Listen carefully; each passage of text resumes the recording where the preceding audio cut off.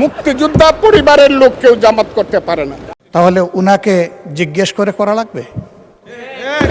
বিরোধী দলের নেতা বলেছেন উনি মুক্তিযোদ্ধা পরিবারের লোক এবং উনি শহীদ পরিবারের লোক এবং উনি জামাত ইসলাম করেন। এটা ডাবল অপরাধ। মুক্তিযোদ্ধা পরিবারের লোক কেউ জামাত করতে পারে না। আর শহীদ পরিবারের লোক মাননীয় সদস্যবৃন্দ ওনাকে বলতে দেন।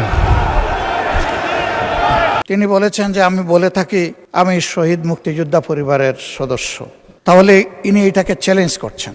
2 নম্বর, উনি বলেছেন কোনো মুক্তিযোদ্ধা কিংবা শহীদ মুক্তিযোদ্ধা পরিবারের কেউ জামাত ইসলামী করতে পারে না, তাহলে উনাকে জিজ্ঞেস করে করা লাগবে।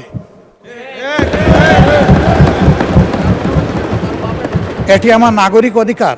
আমি কোন দল করব, কোন আদর্শ আমি অনুসরণ করব, এর উপর হস্তক্ষেপ করার ন্যূনতম কোনো অধিকার রাষ্ট্র কিংবা সংবিধান কাউকে দেয়নি। আমি এটার তীব্র নিন্দা জানাই। আমার আইডেন্টিটি নিয়ে প্রশ্ন করা হয়েছে, এটা গুরুতর অপরাধ করেছেন উনি। আবার আমার আদর্শ সিলেকশনের ব্যাপারে উনি কথা বলেছেন, এটা বাড়তি অপরাধ করেছেন উনি। আমি অনুরোধ করব মাননীয় স্পিকার, তার এই অসংসদীয় অংশটা এখান থেকে যেন এক্সপাঞ্জ করা হয়।